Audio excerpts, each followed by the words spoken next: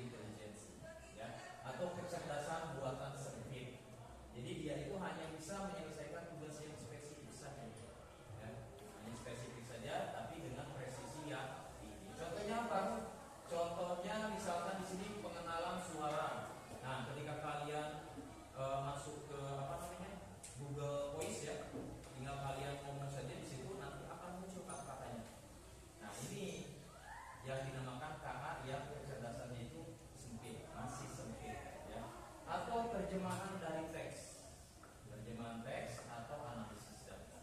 Ya. Jadi dia itu hanya memanfaatkan data yang berlabel besar.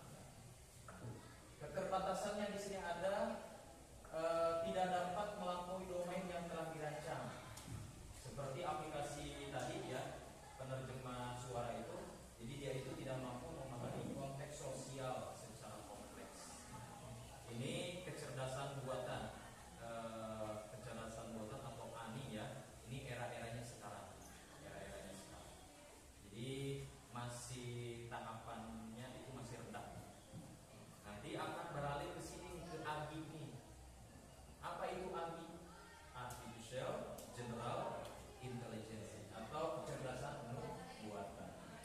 Jadi dia itu nanti tingkat kecerdasannya itu nanti akan setara dengan manusia, dengan kalian, dengan saya. Ya, kecerdasan. Bisa jadi nanti saya digantikan oleh AA. Siapa yang ngajar di sini? Yang ngajar bukan guru lagi. Kalau misalkan si KA ini sudah setara dengan manusia. Siapa? Misalkan robot. Ada robot di sini. Nanti saya di rumah gitu. Saya yang mengendalikan si robot.